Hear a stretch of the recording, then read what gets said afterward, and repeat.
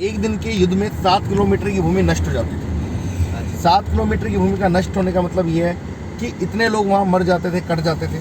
तो जो जहाँ कट गया, मर गया, उसका वहीं पे मोक्ष मान के उसको छोड़ दिया जाता था। अच्छा। हाँ, किसी की बॉडी का अंतिम संस्कार नहीं किया जाता था। अच्छा। तो वहाँ पे इतना रक्तपात हो जाता था कि उस भूमि लाल हो जाती थी। अगले दिन के युद्ध के लिए आगे की 7 किलोमीटर की भूमि का युद्ध चयन करना पड़ता था। तो 18 दिन युद्ध चला। 18 को 7 से मल्टीप्लाई करें तो 18 × 7 होता है 126।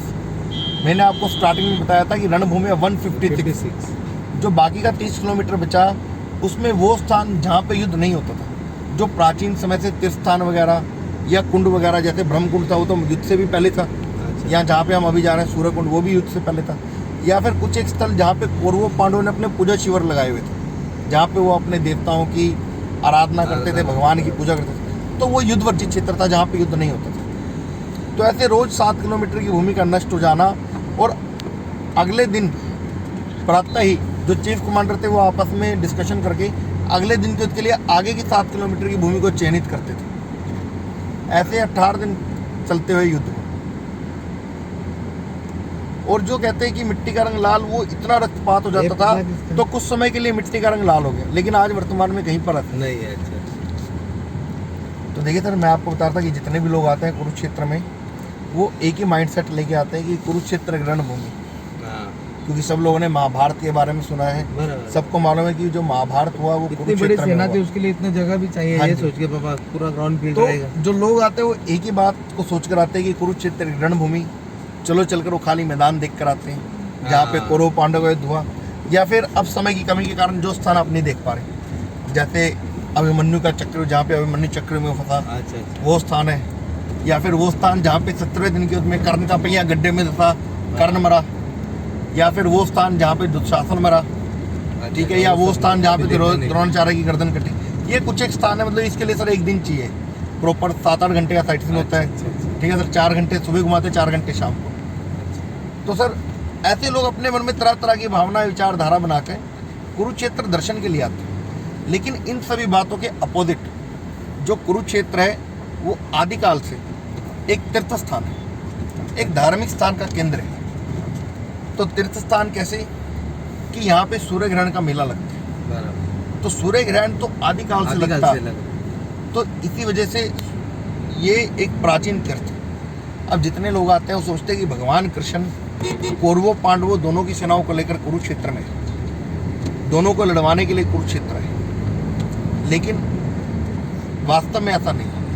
भगवान कृष्ण का स्वयं जो कुरुक्षेत्र में आने का लेख है वो महाभारत के युद्ध से काफी समय पहले का, जब भगवान कृष्ण रणछोड़ महाराज कहलाए और मथुरा को छोड़कर आपके महाराष्ट्र के बाजू में गुजरात है, गुजरात में चले गए। गुजरात में द्वारका बसाई समुद्र के बीच में, जिसके आज भी अवशेष वहाँ मिलते हैं, भेट द्वारका और गो द्वारका, समुद्र के नीचे। तो वहाँ एक अपनी अलग नगरी, अलग महल बनाया, वहीं पर रहने लगे, वहीं पर शासन करने लगे। तब कुरुक्षेत्र में सूर्य ग्रहण का मेला लगा और भगवान कृष्ण द्वारका से अपनी 16,108 रानियों के साथ द्वारका से कुरुक्षेत्र है सूर्य ग्रहण के समय स्नान के लिए। तो कुरुक्षेत्र की तो ऐसी महिमा है।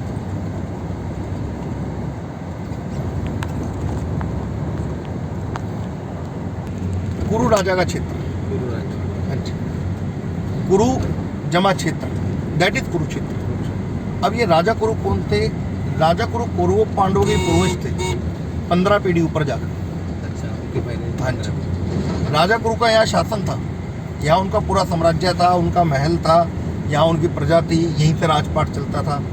लेकिन थोड़े समय के पश्चात जैसे आगे की जनरेशन मूड बदल गया कि नहीं, अब हस्तिनापुर को राजधानी बनाएंगे, वहीं सब लोगों को बसाएंगे, प्रजा को बसाएंगे, कुछ चेंज करते हैं ना। तो उनकी जो आगे की जनरेशन थी वो धीरे धीरे करके वहाँ चले गए, हस्तिनापुर में जाकर रहने लगे। हाँ, गंगा के किनारे अपना राज्य बसा लिया। हस्तिनापुर यूपी में? हाँ जी, हस्तिनापुर यूपी में, मेरठ जिले में। तो ये भी कौरव पांडव का ही साम्राज्य का एक छोटा सा भाग था, जो कुरुक्षेत्र, और आज भी वर्तमान में इसका नाम कुरुक्षेत्र है। ये आपके सामने सर साइंस सिटी है, 1991 में बनी थी। जो बसाया इंद्रप्रस्थ, दिल्ली, वो दिल्ली है। ये सर पैनोरमा साइंस सिटी बहुत ज़बरदस्त चीज़ है सर देखने की, छोटे बच्चों के लिए तो बहुत बढ़िया है। हमारे पास हाँ सर स्कूल के टूर आते हैं ना, अभी बंद रहेगा ना? अभी तो बंद है सर, लेकिन वही है ना सर, थोड़ा ये कोविड की वजह से बंद है सर। इसके साइंस सिटी के बाजू में ठीक सर म्यूजियम है, कृष्णा म्यूजियम है सर, वो भी बहुत ज़बरदस्त है सर देखने का। कृष्णा म्यूजियम है सर, उसके अंदर मतलब कि 38 गैलरीज हैं और 20 गैलरी उसके अंदर रहती है पूरी फुल्ली मल्टीमीडिया 3D, ऐसे मूविंग स्टैचूज़ हैं, ऐसे लगेगा स्टैचूज आपसे बात कर रहे हैं। और अंदर चक्र भी बना हुआ है सर, पूरा भीष्मा का, सिख गुरुओं का भी है यहाँ कुछ गुरुद्वारे भी है सर, 10 गुरुद्वारे बने यहाँ से राइट, ऐसी रोंग साइड मार दो, ऐसी ऐसे राइट इधर इधर। अच्छा इधर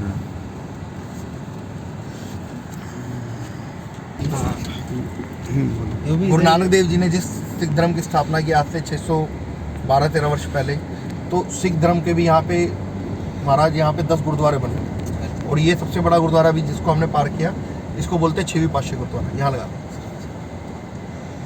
ये कहाँ पे आए हम? अभी हम आए सर सूर्यकुंड पे,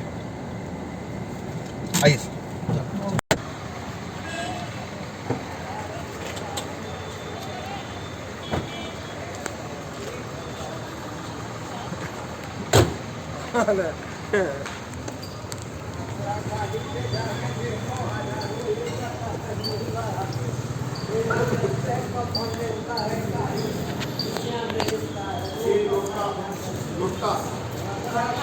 लोटा लोटा आलू टिया।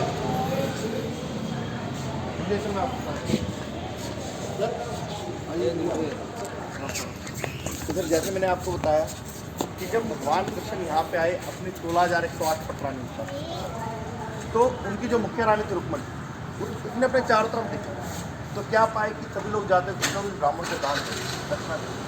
तो रुक्मणी ने अपने गले से स्वर्णाभूषण निकाला, नाक के कोने का नथ निकाला, नोक से वो निकालकर ब्राह्मण को दान किया। जब ब्राह्मण देवता दान देने से पहले संकल्प का उच्चारण करें, तो धीरे धीरे उन्हें वो आभूषण का आकार बढ़ता दिखाई देता। तो रुक्मणी को काफ़ी अचंभा हो, काफ़ी सरप्राइज।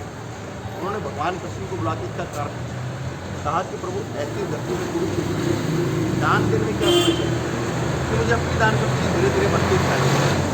तब भगवान रुक्मणी को बोला कि अभी तो हरिद्वार में जाके गंगा के तट, विशेषता हर की पैड़ी पर जाकर सच्चे मन से ब्राह्मण को साक्षी मानकर दान करें, तो उसे वो दान 7 दिन तक स्टेप बाय स्टेप 7 गुना बढ़ता दिखाई देता। और अगर कोई व्यक्ति काशी में जाकर दान करे गंगा किनारे, तो वहाँ उसे वो दान 8 दिन तक लगातार 8 गुना बढ़ता दिखाई देता। लेकिन अगर कोई व्यक्ति यहाँ कुरुक्षेत्र में आके सच्चे मन से ब्राह्मण को साक्षी मानकर दान करे, तो उसे वो दान 13 दिन तक लगातार 13 गुना बढ़ता दिखाई देता। मतलब 13 गुना 13 169 बार गुना के फल पाता। कुरुक्षेत्र के बारे में तो शास्त्रों में ऐसा लिखा हुआ है कि अगर कोई व्यक्ति अपने घर पर बैठे बैठे कुरुक्षेत्र का ध्यान करके अपने मन में ऐसा कह दे, तो उसे मोक्ष की प्राप्ति हो जाती है। क्या कह दे कि कुरुक्षेत्र गमिष्यामि कुरुक्षेत्र वसाम्यहम् अदैकाम वाच मृत्सज्ज सर्व पापै प्रमुच्यते। कुरुक्षेत्र गमिष्यामि अर्थात मैं कुरुक्षेत्र में जाऊँ, कुरुक्षेत्र वसाम्यहम् वहाँ पर जाकर वास करूँ, अदैकाम वाच मृत्सज्ज वहाँ पर सभी तीर्थों के दर्शन करूँ, जो ब्राह्मण जो पंडा मुझको मिलेगा उसको मैं अवश्य कुछ ना कुछ दान दूँ, सर्व पापै प्रमुच्यते। केवल मस्तिष्क में ऐसा ध्यान करने से उसके सभी पाप समाप्त हो जाते और उसको मोक्ष की प्राप्ति। ऐसे ही महाभारत युद्ध में एक कैरेक्टर का नाम आता है कर्ण। कर्ण प्रतिदिन स्नान करके, महाभारत युद्ध के समय भी प्रतिदिन स्नान करके यहाँ पर आकर 1.25 मन सोना ब्राह्मण को दान देता, लेकिन कभी प्रभु की कृपा नहीं। लेकिन 17 दिन के युद्ध में जड़ स्वर्ण पत्र ब्राह्मण को दान देने से प्रभु की कृपा हुई और भगवान कृष्ण अपने विराट रूप के दर्शन। तो कुरुक्षेत्र की तरह ऐसी महिमा है, वहाँ पे सर आपको जल का प्रोक्षण कराया था सर, यहाँ पे आपको भी जल का प्रोक्षण करा देते हैं।